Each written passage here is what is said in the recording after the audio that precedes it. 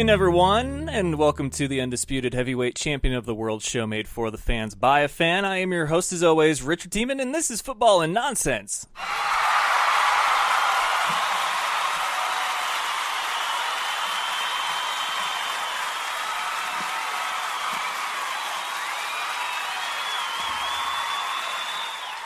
This episode, of course, is brought to you by the good folks at mybookie.ag. If you're watching the games, it's time to start making some money. MyBookie offers just that. MyBookie is the industry leader. They're a website that offers you safe and secure ways to place your bets and gamble online. They want to hook you up for all your betting needs. And with their great odds, fast payouts, and decades of experience, you can bet with confidence. If your team it doesn't even have to win. If your team sucks, it's like a win-win for you, because if they lose, you win money, and if they win and you lose a little bit, well, hey, in the grand scheme of things, your team winning should be the most important thing. I guess, though, it all depends on how much money that you actually bet on your team. So bet wisely, but bet safely, bet securely, and that's what the folks at mybookie.ag do. And you can visit mybookie.ag, use promo code TheFanShow, and they will match your deposit up to 100% with that bonus if you use that promo code today. So go check out MyBookie. And, of course, I do want to give a shout-out to everybody after last night's episode. A big thank you to Rob of Leveland Rounds. He's a good friend, and I appreciate him coming on the show last night. It was supposed to be just, like any other day here. I was gonna open the show and do a little talk, a little song and dance, and bring up everything that had happened over the weekend, and bring Rob on, and we were gonna have some fun. We were gonna joke, and we still were able to do that. But the show as a whole was so hard just because of the news yesterday. I know a lot of people within the indoor football community are still in shock. They're still reeling from the news of the recent passing of Carl Sims. So to everyone, thank you for your support. The IFL family needs you guys now more than ever. And then, of course, Carl Sims' family. Our thoughts and prayers are with you. So thank you, everyone who listened to the episode. Again, it's not the type of episode that I aim to do on here, but sometimes real life hits you real hard, and that's what happened yesterday. But feeling better today, not completely over it. The shock that someone who was a guest on my show that I watched for an entire season is now no longer with us. Still kind of, gives you a little bit of a knot in the stomach. But here we are. It is Wednesday. It is Fantasy Wednesday. Have a great episode for you. Pre-recorded a segment with Fantasy Live's own James Coe. Man, what a fun conversation that was with him. I usually tell these guys, I'm like, hey, I only need you for 15, 20 minutes. I can pre-record a segment if your schedule is especially busy. And usually sometimes at the 15 or 20 minute mark, we're done, because I know that their time is precious and valuable, and that they're busy. He talks about all that too. But the fact that we went for close to a half hour talking about really everything. We brought up WWE, we talked about commentary, all that you'll hear later on in the episode. But man, it was a great conversation. He's a talker, and I love that here because it makes my job a whole lot easier. But thank you, James, for being on the show. It's going to be a great interview coming up probably in about the next 10 to 15 minutes. But, of course, we didn't get to him yesterday. Let's get to him now. How about the headlines?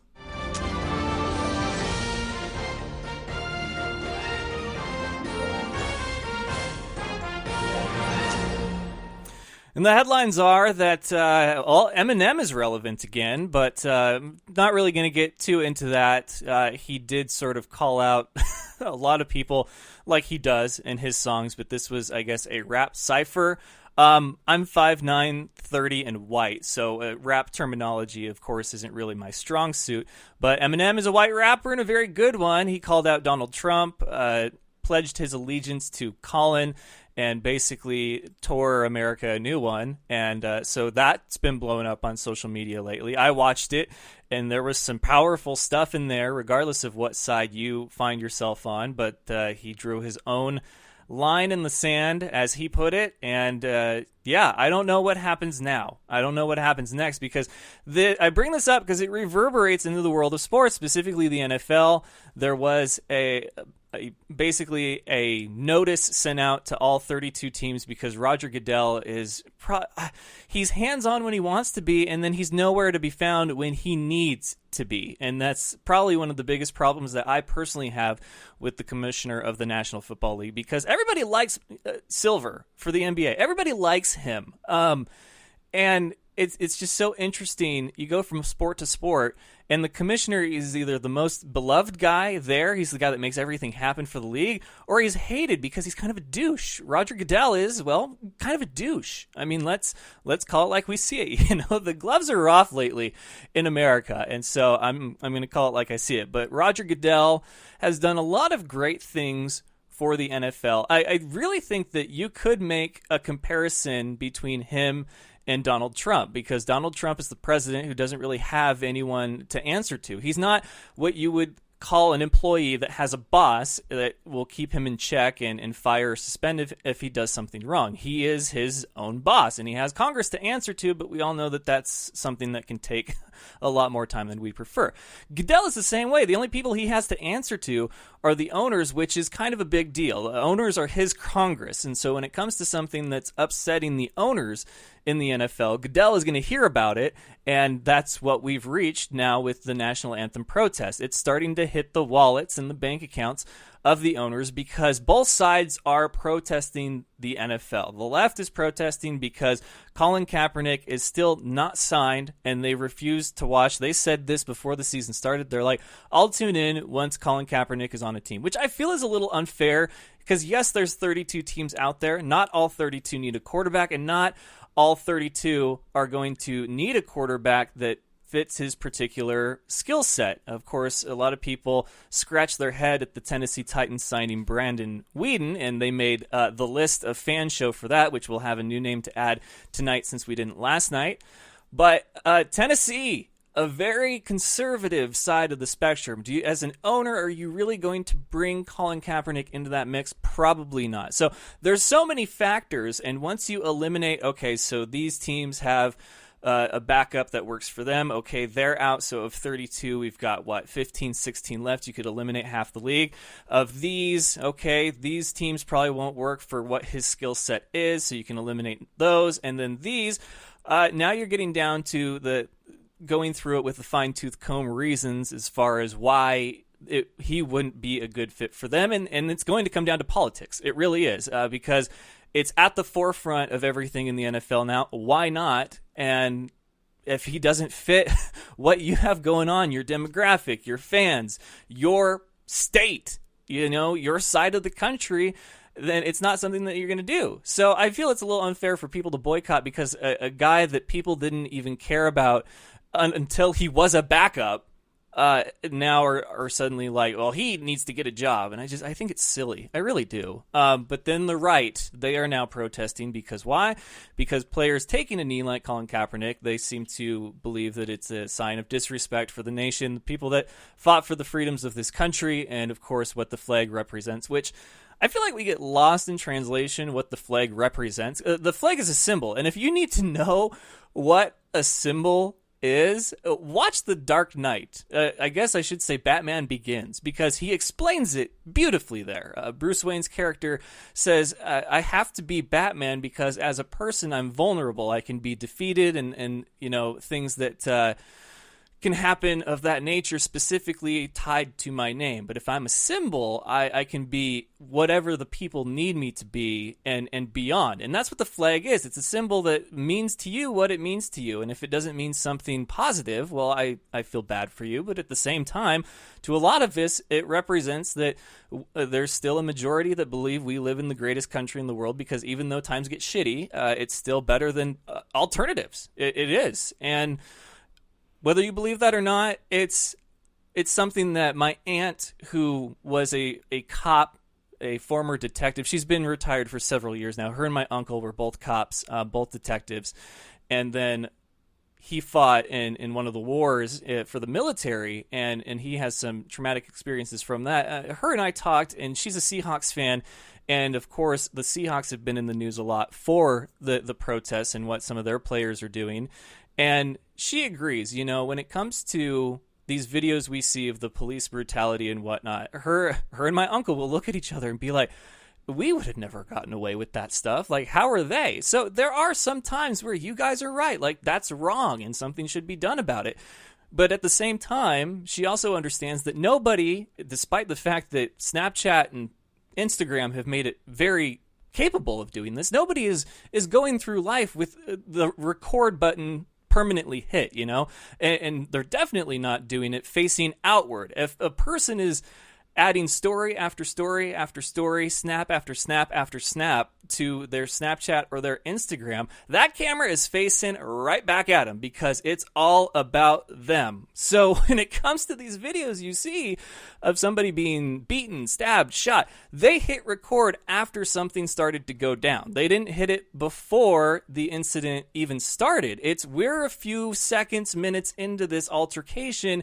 I'm going to hit record now. So we only get A, one side of the story, and B, we see it after it's already started. So there's people that are so upset, they see one video, two video, they think something needs to be done, but yet there's so many not videos out there because a majority of police are still doing their damn job. So it's something that she's upset about because as a former cop, she does take it a little personal, and I don't blame her for that. But as a football fan, she says, you know, as a cop, you go through so much on a day-to-day basis. You don't know when you're going to come home, if you're going to come home at all. And sports are supposed to be an escape from that. They're supposed to be an outlet where you can sit down, tune in, or go and attend, and you forget about the outside world. So a lot of people's problems with the NFL is that the lines have blurred and the worlds are colliding, and we don't know what's going to happen next. So Anthem Watch 2017, all eyes are on what's going to come 1 week to the next with these players, especially now that apparently Goodell has decided that he's going to crack down, and Jerry Jones has said if you kneel, you will sit, in regards to if any of the Dallas Cowboys kneel during the anthem, they will sit during the game. So we're on the verge of something. I don't know what yet, but there's a lot going on. There's a lot of moving pieces to this. One thing that I was going to say last night was the hashtag I Stand With Jameel Hill was trending yesterday before the whole Eminem thing, and I thought it was silly because, you know, so many people are so quick to pull that race card that, oh, she's being suspended because she's black and a woman. No, she's being suspended because her employer said, hey, knock it off, and she didn't. I don't understand what's so hard to comprehend about that very logic. If my mom says, if you stay out late one more time and come home after curfew, I'm going to ground you, and I stay out and I come home after curfew and she grounds me, she's not the asshole. I am, because she warned me. But yet people are thinking that the place that she works for, that signs her check, that has a code of conduct and policies in place for things like this, right or wrong, whatever you think of him, every company has their own set of policies. And to go as far as to say, well, the policies are wrong, you're crazy because you're going to have your own set of policies if you run your own company. So if you're going to stand with anyone, stand with Kaepernick, not with Jameel Hill, because it's really just silly to me to hear people get so fired up and pull this race card that think that she got suspended for being black and a woman. She got suspended because she knew better. Plain and simple. So if you want to get mad at me, if you want to get mad at the people that think that you're being over dramatic, you need to check yourself, because you are being over dramatic about this whole thing. So between her, Eminem, Trump, Jerry Jones, Roger Goodell, something is going to happen in America and the world of sports, and you can't ignore it anymore. You can't. I can't jump on this show and go through the motions and talk about this week's ButtFumble Award winner, and hey, you just made the list, and stardom, situm, and whatever else is going. I can't anymore. You can't. I listen to radio all the time. Sports talk, you can't ignore what's happening in the country, and there's not a line anymore. There's really not. So whatever your feeling, your opinion may be, I respect that. I truly do. But keep in mind, though, that there's so many layers to this issue, and it's not even one issue anymore, that the more layers you start to peel away, you're probably going to feel a bit more, well, that was silly for me to think that, because it's definitely not a black or white issue, but people are trying to make it that way, and those people are wrong. because that's not progress that we're going to get from that. That's very backwards thinking, not forward thinking. And if you want to beat the people that you're upset with, you need to be better than them. And to make this about race and whatever, you just take some deep breaths, okay? In and out. And that will do it for my headline rant. So if you're still tuned in, thank you. If you're not, if you're just tuning in, well, you can go and listen back to that. You can subscribe, iTunes, SoundCloud. Of course, I'm on iHeartRadio now. Replays of the episode happen the next day on WBLZ Sports. Download that app, listen to my show, and so many more like this, sports variety and nonsense, all of the above. And then, of course, go to thefanshow.com. I've got several articles that need to be put up. It's been a very emotional 24 hours, so I've been slacking, but we've got articles from Connor Ferguson, a few from Omar Cook. He wrote one about Jameel Hill as well. He did that earlier. It was a great read. I'm intrigued to read this. Now, I don't have policies in place for my team of writers. I don't, because I'm not going to say that's not what the show believes, because I am the show, and whether or not I believe what they write or not, I don't feel like that's a reflection of me personally.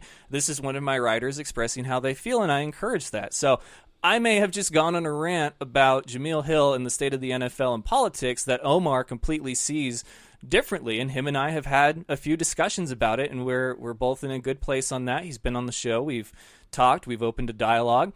But if he puts up this article and it's completely different from what I said, I'm fine with that. Go Omar. He's a good writer. You should read it.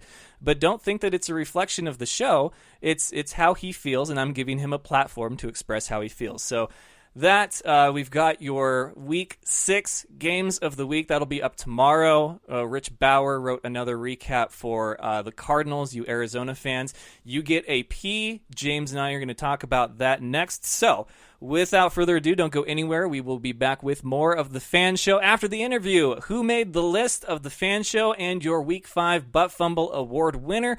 Don't go anywhere. We'll be back after this. You're listening to The Fan Show, your home for all things football and nonsense. My special guest tonight, Farouk. Farouk, welcome. He's no expert, but here's the thing. Football and nonsense is what he brings. Sports talk with a twist. It's The Fan Show. Do you know him as Kevin from the League? It is none other than very funny Steve Ranazzisi. 99% of the population doesn't know who I am, but the 1% do. They yell and scream inappropriate things at me in public. Kyle Ray. Kyle, welcome. And I was like, wow, I think we just saw the whole Super Bowl, Phyllis. It's like that scene in The Simpsons, like, why rent the movie? I just saw the best part. Funny man Brad Williams. Yeah, I'm here. No, I flew in just for your podcast. I've heard about this podcast. I've heard it's fantastic. It's Mac and Farva, but they are my special guests tonight. Steve Lemmy, Kevin Heffernan. I was in Mexico for 10 weeks in a Speedo. Like, that was me going to work. I was putting on a Speedo. Farva is the most fun to play, and it was a blast to do that again, to do Farva again. So then the makeup artist had to put Vaseline on your body, right? Yeah. And then put the powdered sugar on top of that. Is your name really Richard Siemens? Listen live every Tuesday, Wednesday, and Thursday night on Spreaker.com, or subscribe to the podcast on iTunes and SoundCloud. All right, ladies and gentlemen, it's time to bring on another Fan Show first-timer straight from NFL and NFL Network, James Coe. Welcome to the program, James. Yeah, buddy. Thanks for having me on. Absolutely. It's a pleasure. It is my Wednesday, which is Fantasy Wednesday here on the Fan Show. And, of course, you probably get hit up for fantasy advice all the time. But I'm curious, as far as, I guess, a behind-the-scenes look, what's the hardest part about giving fantasy advice, other than, of course, answering dumb questions for your friends and family who are struggling with their fantasy team? You know what's funny? I don't get that many questions from friends or family now because I play in leagues with them. So it's like really funny, you know. It's like, okay, they could theoretically ask me, but then they start second guessing. It's like, wait a second, is this guy giving me real advice or not? But no, I mean, in terms of like the hardest. I don't know, man. I mean, I live this thing, so it's a wonderful job, and it's a dream job for me. But the times it gets rough is when, you know, people get mad at you online for whatever reason, you know? And it's just like, that part sucks, and there's just no getting around it. But that being said, I'm also of the mindset that just comes with the territory. So, you know, you got to have a pretty thick skin to be in the public eye. And I feel like I've been in the business long enough. I mean, I've been in television for now, gosh, I don't know, over more than 10 years, you know? So I'm used to it. So the online hate is not necessarily new, but certainly it has ramped up over the past few years. But like I said, man, it's a dream job, and I think it's great.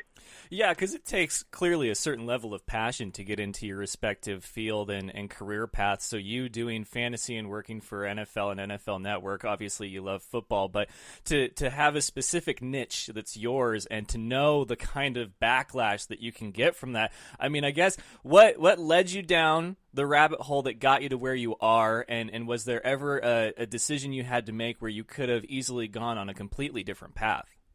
Well, you got to understand, I mean, to get to where some of us got to, it's just a circuitous path, right? So yeah. For me, it was not like, hey, let me write about fantasy football and then move up the ranks, and then all of a sudden I'm over at NFL. It's like, that's not how it works, you know? It's for me, or it is how it works for a lot of people, but for me in particular, that was definitely not the path that I took. I started my career doing, you know, radio play-by-play. Then I transitioned to television, and I was actually a news reporter for the bulk of my career. So, like, the first 6 years of my career, I did hard news. I actually won Emmys in that regard, right? So it's like I've covered crime, I've covered politics, I've covered, you know, natural disasters. I've done the whole gamut. And so I started in hard news, slowly transitioned into sports. And, you know, when I got to LA, I did sports on the weekends, and then during the weekdays, I did news. And then, yeah, it's a crazy path. And then when I, you know, left my local news job in Los Angeles, I just, you know, in Culver City, it's basically in the same locale. I had an interview at NFL Network. One thing led to another, you know, boom, boom, boom, boom, boom, here I am.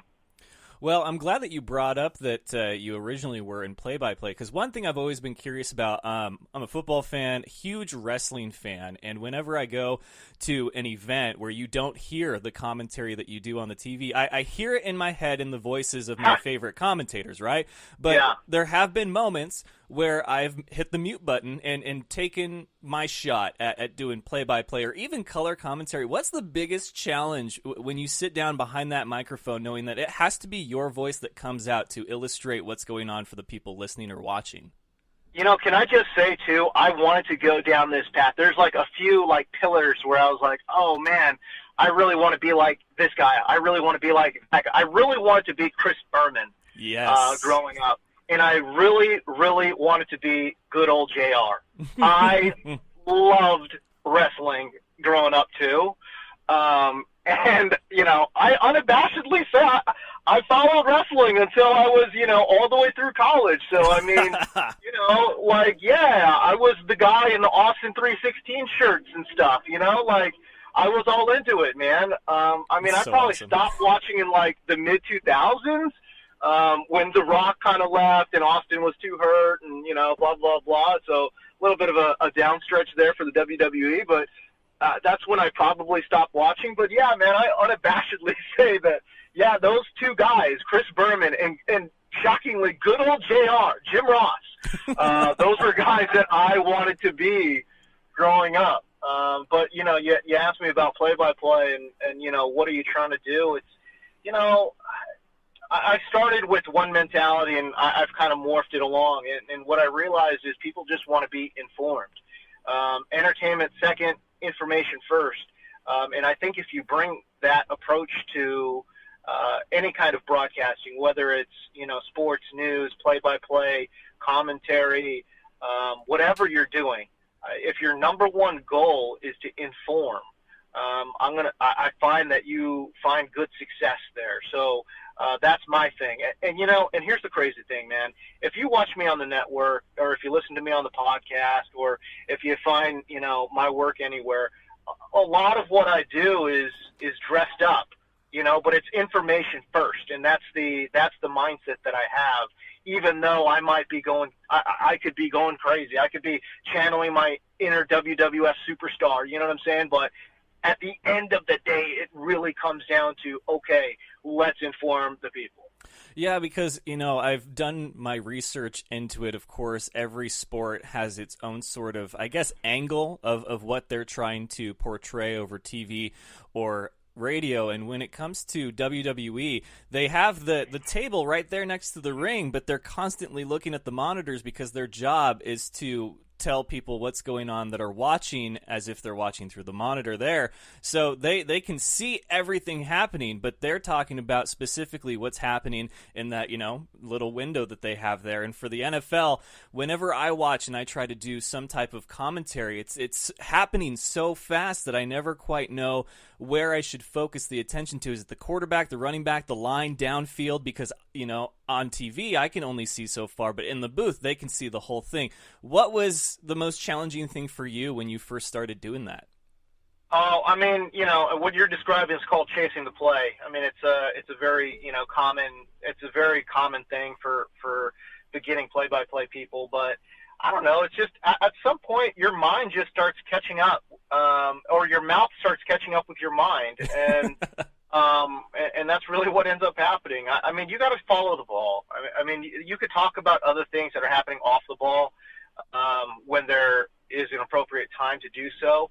Like for me, I'm my whole thing was I really wanted to get into basketball play-by-play.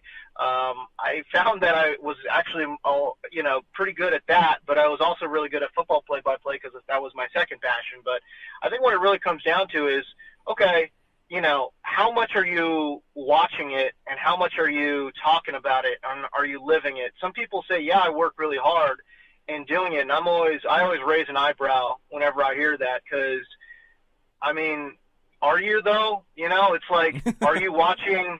I don't know. It's like, yeah, I watch games. It's like, okay, cool. But I watch games and I read and then I listen to podcasts and then I watch more games. Yeah. Right. So it's like, that's in today's world, that's the level that you need to commit yourself to. So I've always said, to young broadcasters or young, sports journalists, it's like, you got to live this life, man. So it's like, it's a job, honestly. And if you want it to be your job, you got to be spending, 40 hours a week doing it. You know what I mean? So it sounds like a hell of a lot, and it is. But if you're not dedicating 30 to 40 hours of your week, watching, talking, reading about the sport that you want to cover, you're behind. Yeah, you definitely have to devote a portion of your life to your craft and continue to, practice and perfect it. So, James, I thank you very much for that insight there. It wasn't what I was expecting here, but I know that I would be doing my listeners a great injustice if I didn't at least talk some fantasy on Fantasy Wednesday here. So, big question for you then. Looking back, we're only, between week 5 and 6 now, so still just past the quarter way mark, but you got to have one. Who's the biggest letdown for fantasy so far in your mind? Biggest letdown. I mean, non-injury related letdown. I'm not. I guess to a degree, Christian McCaffrey has been a letdown. If you're playing in standard league, regardless, it's funny to me because Christian McCaffrey was going in the second, third round, even in standard scoring leagues, non-PPR, and actually in PPR his value wasn't even that much higher, which just made no sense to me. Anyways. The bottom line is he's got 1 touchdown on the season. I think he's an extremely talented player, but I was warning people, before the season started that, listen, this guy's role is not clear. Jonathan Stewart is still going to have, a big role in this offense. And as a matter of fact, they even said pretty early in the process, Jonathan Stewart's still the starter. We're going to find plays for Christian McCaffrey, but Jonathan Stewart's still the starter there. Then I was thinking about how the offense was constructed. Greg Olsen underneath, Kelvin Benjamin underneath, Devin Funchess underneath. Where can this guy get passes? So I worried about the workload. It kind of, played itself out. And I think the other thing too was Ron Rivera's been in this league a long ass time. Cam Newton has been in this league a long ass time. all of a sudden you're going to say, okay, former MVP, okay, longtime head coach, we want you to completely revamp your offense for an unproven rookie. I mean, it just they were saying they were going to do that. They said they were going to change their off. They said they were going to. They haven't changed. You know what I mean? Yeah. They have a player. They have a very good player in Christian McCaffrey, and they have found ways to get him the ball, but it's been in a limited capacity. So, and it makes a whole hell of a lot of sense. No matter how much we wanted to in the fantasy community want this guy to be a superstar, and he's got those qualities certainly, but again, it's a lot to overcome when I think, when you start thinking about situations. So I don't know. I think that's kind of an important lesson in football too, or in fantasy football anyways, is talent doesn't overcome situation. You know what I'm saying? So you could be the most talented guy in the world, but if you're in a bad situation, it doesn't work. So at least for fantasy anyways. I'm not saying he's not a good – listen, I love Christian McCaffrey as a player. I think he opens the door for other opportunities in that Carolina offense. I'm just saying for fantasy, he's been a disappointment. Yeah, and I have a lot of people that disagree now. Of course, PPR seems to be kind of the current trend for the way that people want to go, just so they can salvage some of the would-be workload that these guys are getting that doesn't end up in the end zone, and I understand and respect that. Which has been the hardest position to, I guess, give advice for week in and week out, or even going into the season? Because it looks like we're having to dig really deep here on running backs, but tight end, I couldn't even tell you a top 3 tight ends that are out there that people are lucky to have. The tight end position is an absolute disaster right now. Yeah. And again, this is a reason why, smart fantasy football managers and advice givers were saying, listen, man, don't overinvest in one of these tight ends. You know what I mean? Because if you looked at who was going near the top, it's Gronk and Kelsey, and Gronk has been hurt, and Kelsey's been fine. Kelsey's been, he's been fine. He's given you what I guess you wanted, but I still think people have overpaid for Travis Kelce too. And again, this is a guy that's pretty good. You know what I mean? But other than that, I don't. Who's been good for a season from a season-long perspective? You know what I mean? It's been not great. I mean, Zach Ertz has been certainly a fine, but I don't know. The wheels could fall off that train in a hurry. You know what I mean? So. I think Zach Ertz is a good player. He's certainly in a good offense, and it looks like Carson Wentz trusts him. But at the end of the day, it's Zach Ertz. You know what I mean? So I don't know. I think the tight end position has been it's been troublesome, and that's just the position you want to stream on a week in and week out basis. Look, people say it's this year's every year. People say, oh, this year's different. It's the same. Running backs are getting hurt. Running back matchups give you problems. Wide receiver matchups give you problems. It's just that's the beauty of fantasy football. You're playing the matchups each and every week. I generally lean towards talent, and I just play the talent regardless. But I certainly understand, the headaches and struggles people have on a weekly basis based on matchups.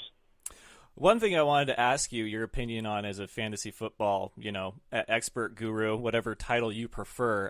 An idea that I've thrown out there a few times, some people call me crazy, some people say, oh my God, why haven't we done that yet, has been the ability to substitute in-game. And of course, with every new rule proposal, there is restrictions that come with it. My restrictions is that you have to have a guy on your bench that either hasn't played yet or is on that team playing. So basically, once Monday night hits, if you've got a tight end that gets sidelined for the rest of the game after the first quarter, you're done there. And it has to be their injury occurs before a certain point in the game, preferably before halftime. People think, you do that, now you're changing the way that the game is, but everything beyond the game's establishment has been a changing the way that the game is played. Your thoughts on an idea like that? Wow, that's a very interesting idea. Certainly innovative, and I've never even thought about possibly doing that. One way that your idea could work is if you did not per game scoring, but per half scoring. So at halftime of any particular game, you could decide, okay, I'm going to bench this guy and start somebody else off your bench, which I think is really interesting because it helps managers who have drafted deeper teams versus teams that have very shallow benches. Gosh, that's really interesting. I've never thought about it, but man, you know what, man, I kind of like it. And I get that people don't like change, but I'm certainly not one of those people. I've been advocating for a long time that you've got to have 6-4 scoring for quarterbacks. So it's 6 points for the touchdowns, passing touchdowns, and -4 for interceptions. And a big part of that is that it separates the cream of the crop, the Aaron Rodgers of the world, from the Blake. It's basically the Blake Bortles rule. I mean, in standard scoring leagues, Blake Bortles was the quarterback 9 in fantasy last year. That is a problem for me, and it's the most important position in real life football, and yet we've relegated it to literally before it's every other position, and then right before you choose a kicker, you could pick your quarterback. That's a problem. Yeah. To me. You know what I mean? So I think that's the number one rule change that I would advocate for. I wrote a very lengthy piece about it during the off season. You can find that. Just Google it or whatever. But it's a 6-4 scoring system for me, and I've been a long proponent of that because it helps push guys like Aaron Rodgers into the second round. It'll basically separate the good quarterbacks from the average quarterbacks and the average quarterbacks from the bad quarterbacks. And it prevents a scenario where somebody like Blake Bortles would ever be a top 10 quarterback in fantasy. That is just an absolute travesty. Yeah, I think I agree with you on that one. And, my idea resurfaced after this last week because it was literally the perfect storm of events that occurred. I had Drew Brees. He's on a bye week. I'm looking around the waiver wire, and I had just made a trade with the quarterback that was on my bench, and I got Tyrod Taylor in return, who hasn't done all that well this season. So I'm looking, Brian Hoyer's available, both Case Keenum and Bradford are available. So I pick up Hoyer thinking maybe he'll have a good game against that Colts defense, but I decide in the end to bench him in favor of Tyrod. Obviously, a lot of people probably would have made that same choice. By halftime, I'm like, thank God I made that decision, and then he lights it up in the second half. Hoyer does.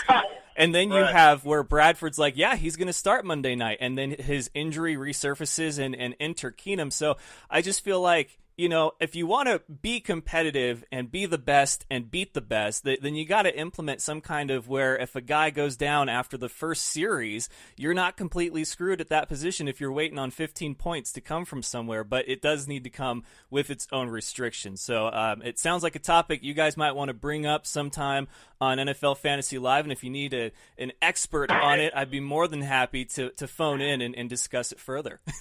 That's pretty funny, man. Yeah, no, it's like I said, that's way out there. But I like it though. I do. I mean, I wouldn't advocate per quarter, or I don't think you should be able to bench a guy like literally mid-play. But at halftime, yeah, sure, why not? Let's get it going. I like per half. The idea of per half scoring is not bad. I kind of dig it, honestly. Alrighty, well, that's all I needed to hear. The last question for you before I cut you loose and let you enjoy the rest of your Wednesday is Adrian Peterson, the Cardinal. You buying or selling? Oh, I'm buying. Really? Oh, I'm buying. I'm all in, and I'm in the vocal minority. I mean, I am in the way minority. Everyone thinks this guy's washed. Everybody thinks he's done. And people point to the O-line play in Arizona, and this from what I've seen in Arizona. And I just wrote a lengthy offensive line piece too. But from what I saw in Arizona, I actually don't think they have a problem run blocking. Quite honestly, I think they're league average in run blocking. Where they have problems is in pass protection. And the same is true of the Giants too. Everyone says, "Oh, Eric Flowers, the O-line is garbage." I think they've done an okay job run blocking. They just don't have players that can utilize it. You're asking in Arizona. You're asking. Kerwin Williams, Andre Ellington, washed Chris Johnson.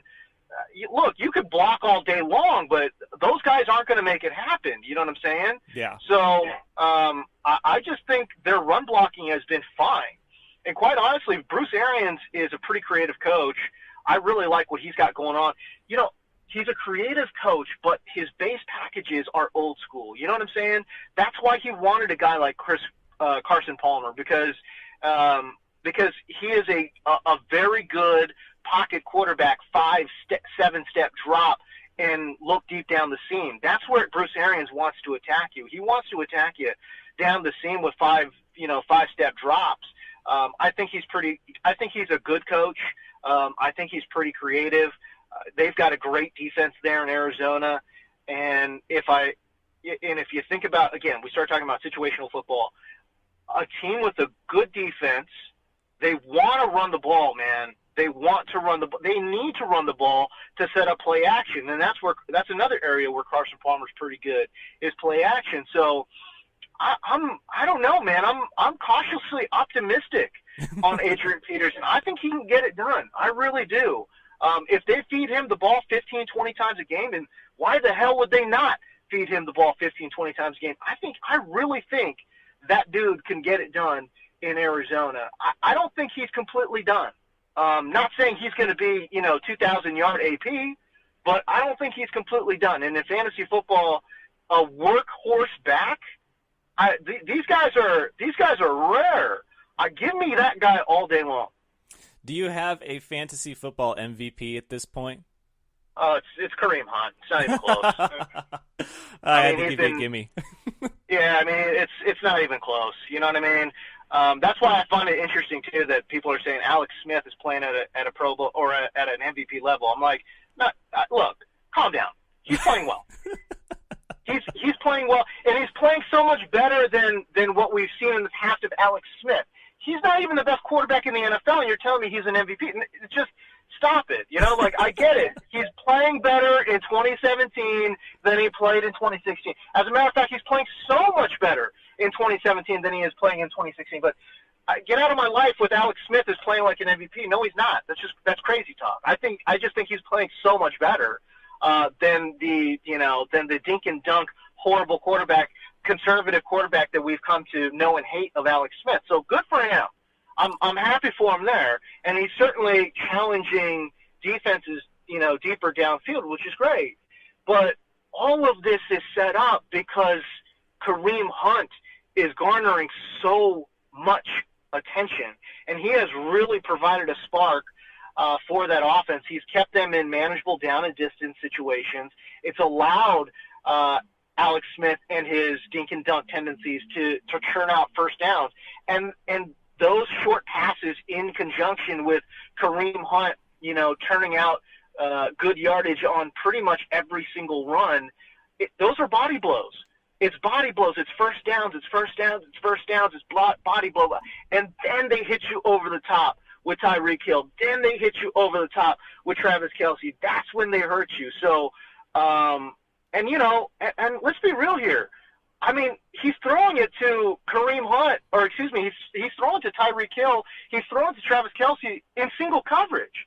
It's not like he's forcing the issue, double coverage. Oh, there's Tyreek Hill in double coverage. Let me go throw to him. No, that's not happening. It's single coverage out there, and he's throwing it to him, and which is great.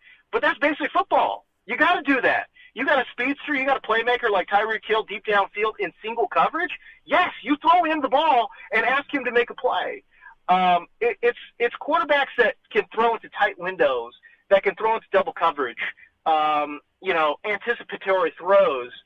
Those are the guys where I'm like, yeah, that's excellent quarterbacking. So I think that Alex Smith is a good player.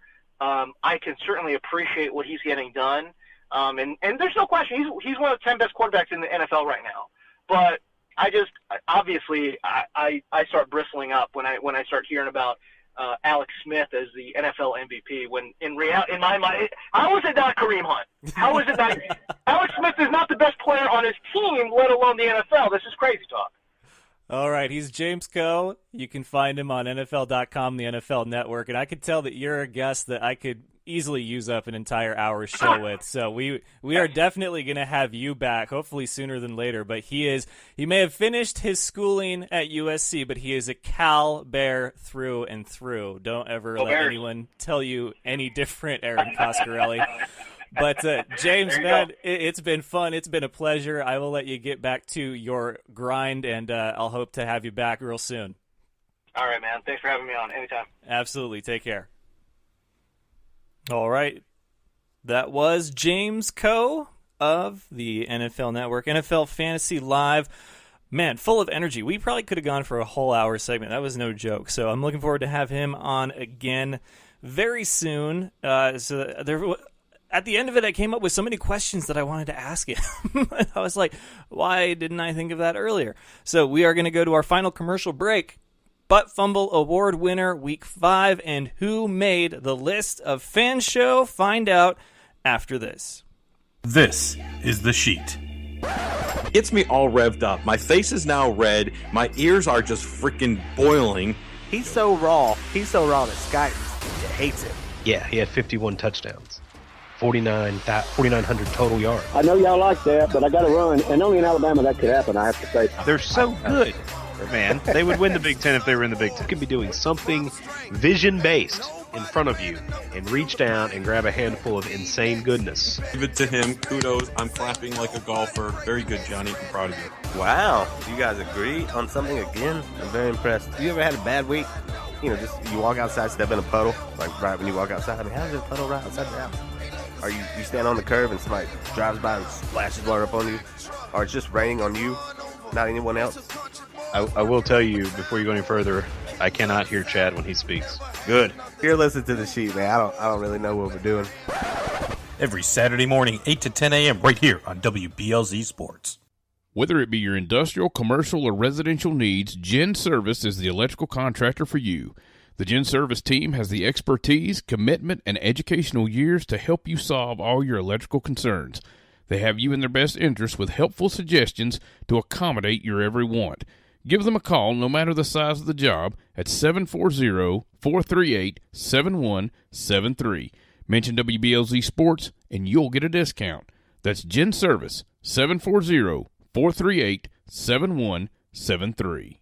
This is Nick Ciccarelli, the mad scientist of sports. Join me and Dr. D, Derek Jones, live every Saturday night, 10 p.m. Eastern Time, 7 p.m. Pacific, for the Mad Scientist Sports Lab.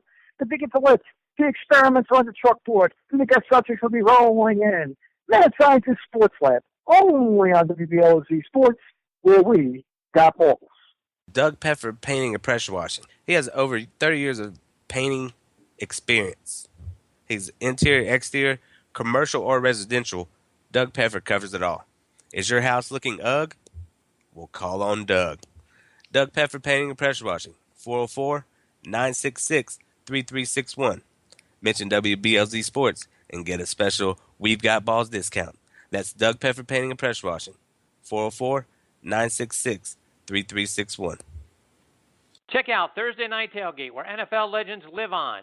We bring you 5 NFL legends every week, sharing their stories and insights, plus our spotlight on the positive. Hear which players are doing great things in their communities. Now on WBLZ Sports Talk Radio and WBLZSports.com.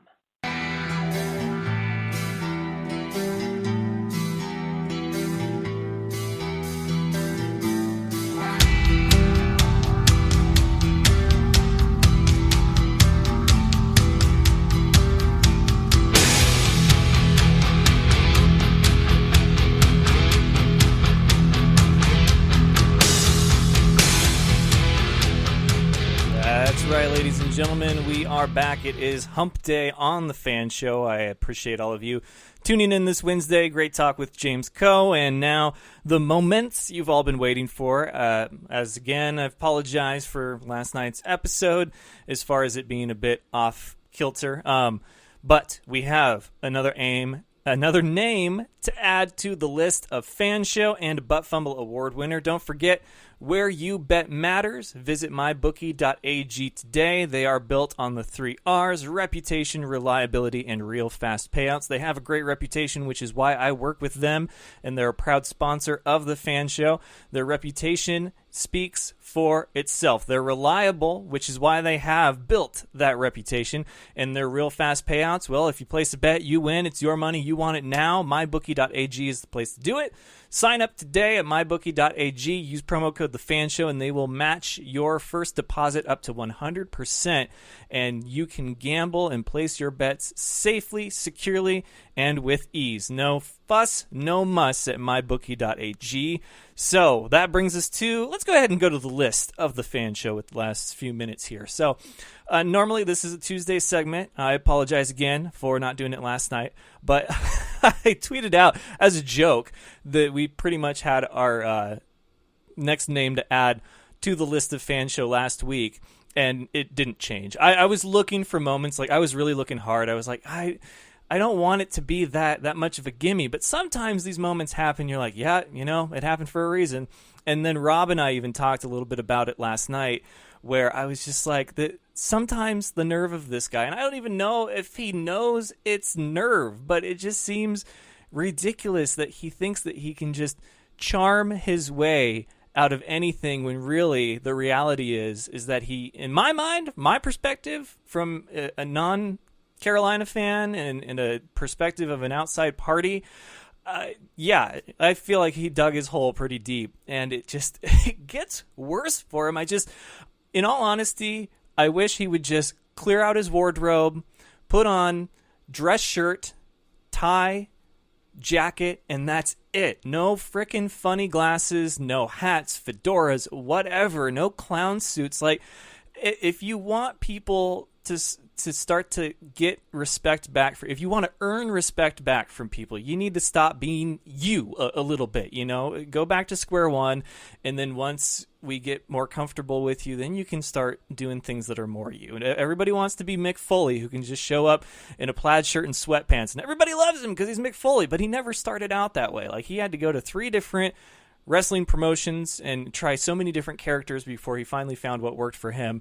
And I know that this individual has been around the league for a while, and this is like his character, but it's not working anymore. So Cam Newton, Mr. Newton, you know what happens when you make comments that you do, and you just find yourself in boiling hot water, and then you talk to that individual that was affected after, and you didn't make things any better.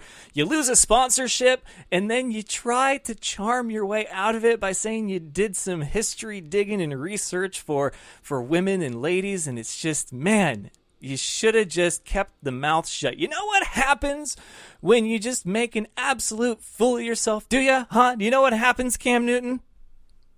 You just made the list! That's right. Cam Newton is item number 5 on the list of Fan Show. You just made the list! All right, that brings us to the last item on the docket for today. Before I cut you loose, don't forget, visit thefanshow.com, Instagram, Snapchat, both The Fan Show, and go check out our merch at teespring.com. All October long, we are donating 25% of every item sold. Doesn't have to be a pink shirt or a pink hoodie, but we do have men's and women's t-shirts available, and hoodies, unisex ones that come in a variety of colors. Pink just happens to be the emphasis, because 25% of every one of them sold goes to Susan G. Komen. So, fight for a cure. It is a crucial catch. It is the month of October. I encourage you all to go purchase something, donate, get the feel goods, because that's what it's all about, right? Fight the good fight. Check out teespring.com/thefanshow. Links are everywhere on my Facebook, Twitter, and of course Instagram at Fanshow Official. The Fan Show, you know where to find me. Go and check out thefanshow.com, though, just in case you need a reminder. But you nominated, you voted, and the nominees weren't really all that fruitful from week 5, and that's going to happen from time to time. I understand that, because not every week has these golden moments, and it should have very well been a unanimous winner, which has only happened, I think, 2 other times in ButtFumble Award history. But nonetheless, this is something where Thursday night football rolls around, and at the end of the game, you're just like, man, that really happened. And a lot of you know what I'm talking about.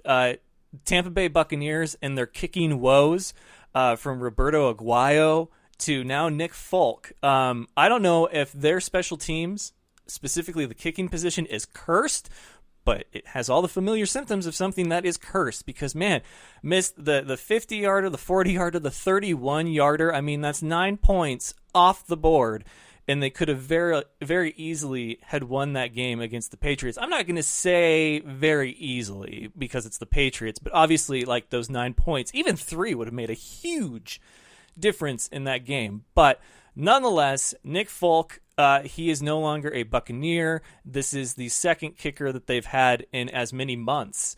And so I was like, okay, so is this a Folk problem or is this a Buccaneers problem? But man, you're a kicker. You've got one job. You don't sometimes punt. You don't sometimes play receiver. You can sometimes play quarterback if it's like a fake field goal. But you have one job to do, and although you are people too, if you don't do that job, it's like, I don't have sympathy for you, my man. So the nominees, the Bucs or Folk, the former kicker. Well, you nominated, you voted, so your winner, without further ado, by a landslide, 85% goes to Nick Folk. Congratulations, sir. Your just history of missed field goals, gimmies, extra points, anything and everything just screams, cut me. And you got cut. So congratulations, Nick Folk, this week's ButtFumble Award winner. Sir, you have definitely earned it. And that is going to do it for this episode of The Fan Show, ladies and gentlemen. I thank you so much for tuning in. Don't forget, tomorrow night, Mark Sessler joins me, another first-timer on The Fan Show. We do our Fan versus Fan Show predictions. I've got some ground to make up. I'm 1-4 on the season. Shout out to Shane Merriman. Oh, it came down to the wire, that last game. Last drive, really, of the last game, and that was a lot of fun. But I went 2-3. He went 3-2, so we will have a rematch again. But tomorrow night, it's Fan versus Fan Show with me and NFL Network's Mark Sessler, another famous podcaster and football enthusiast. So you can catch that interview. It was pre-recorded earlier today, tomorrow night in its entirety. So until next time, ladies and gentlemen, best of luck to you and yours. Go Niners, and of course, it's all fun and games until you butt fumble. Good night, folks. Do you remember the time that Mark Sanchez ran into his own player's butt? That was funny sports. Thank you for having me on the show, man. I love the Fan Show.